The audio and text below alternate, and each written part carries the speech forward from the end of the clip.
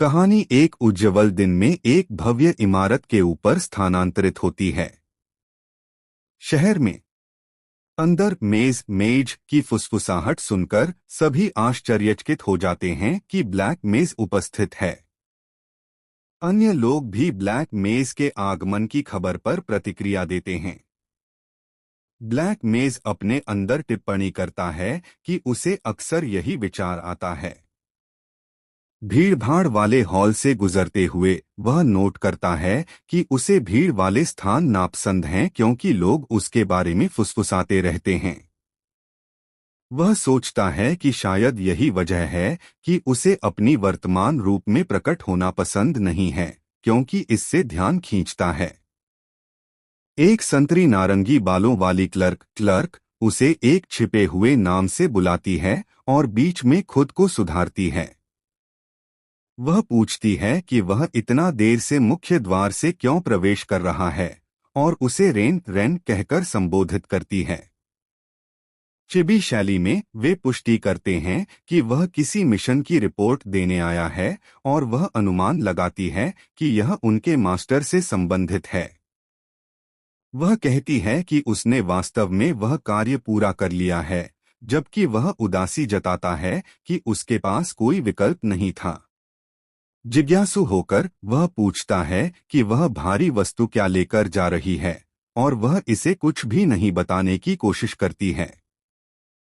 वह खुद को मास्टर के कार्यालय जाने का बहाना देती है और सुझाव देती है कि बाद में वे साथ में खाना खाएं। जैसे ही वह दूर जाती है, वह गलती से एक कागज का टुकड़ा गिरा देती है। वह गिरा हुआ कागज उठाता है और उसके पीछे कहता है कि उसने यह गिरा दिया। जैसे ही उसकी नजर उस कागज पर छपे संदेश पर पड़ती है, उसकी आंखें चौड़ी हो जाती हैं।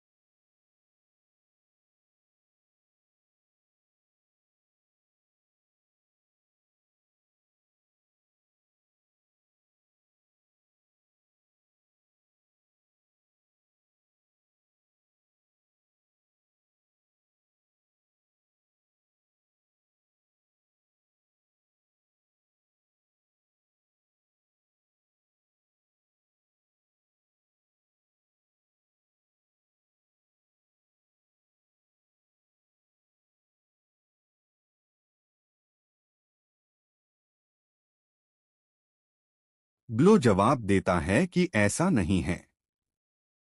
ब्लो खुलासा करता है कि हमलावर राक्षस थे।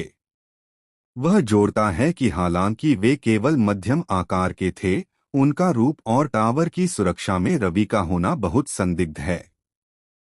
मास्टर सहमत होता है कि यह अजीब है और कहता है कि उन्हें इसे और गहराई से जांचना चाहिए। जब ब्लो निकलता है, मास्टर फिर से मजाकिया अंदाज में उसकी तारीफ करता है कि उसने ऑटोग्राफ हासिल किया, जिस पर ब्लो चिल्लाता है कि मास्टर ने उसे मजबूर किया। फिर ब्लो विषय बदल देता है, जिससे मास्टर गंभीर होकर बात करता है। मास्टर पूछता है रूड से कि वह कितने समय तक ब्लैक मेज के रूप में रहने का इरादा रखता है। ब्लो मजाक में कहता है कि इतने अजीब मिशनों के कारण उसके पास बहुत अधिक ऊर्जा है। जब मास्टर नर्वस होकर हंसता है, ब्लो अपने सच्चे नाम का खुलासा करता है, ब्लो, और वह अपनी वेशभूषा हटाने की तैयारी करता है। उसके हाथ के चारों ओर काली ऊर्जा उग्र होती है, जिससे उसका सिंबल सक्रिय हो जाता है। वह अपनी क्षमता अवेकन रिलीज का उपयोग करके परिवर्तन करता है। मास्टर नोट करता है कि उसकी सामान्य रूप में स्थिति कैसी है।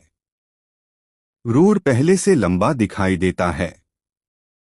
रूड अब फिर से सुनहरा बाल और युवा रूप में सोचता है कि क्या वह वास्तव में बड़ा हो गया है।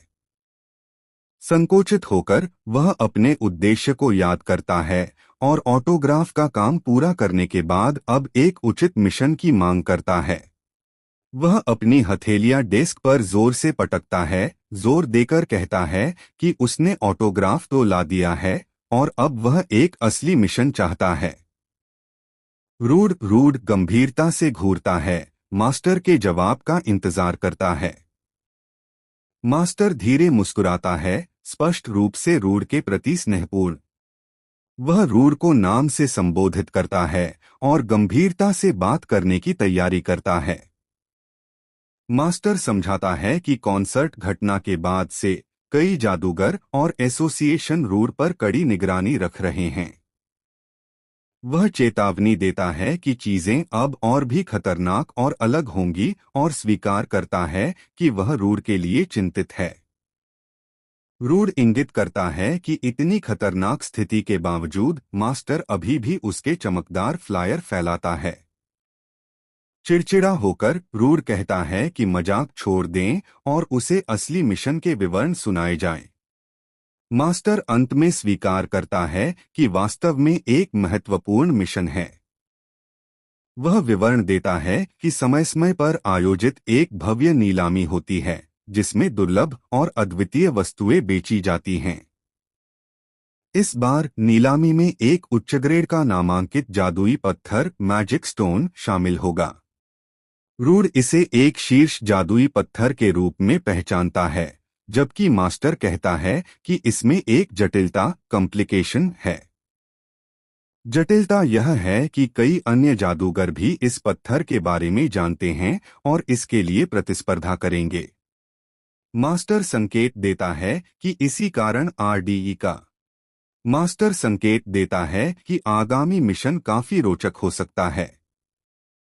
बाद में अकेले अपने कार्यालय में मास्टर कागजी काम की समीक्षा करता है, स्पष्ट रूप से आगे की योजना बना रहा है। वह चुपचाप एक आधिकारिक दस्तावेज देखता है जिसे उसने छिपा रखा है।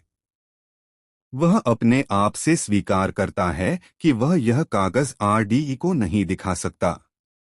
छिपा हुआ दस्तावेज आरडीई के लिए हीलियोस मैजिक स्कूल में प्रवेश पत्र है जिसे वह गुप्त रखता है। नजदीकी दृश्य में यह स्पष्ट रूप से हेलियोस मैजिक स्कूल का आधिकारिक प्रवेश पत्र दिखता है।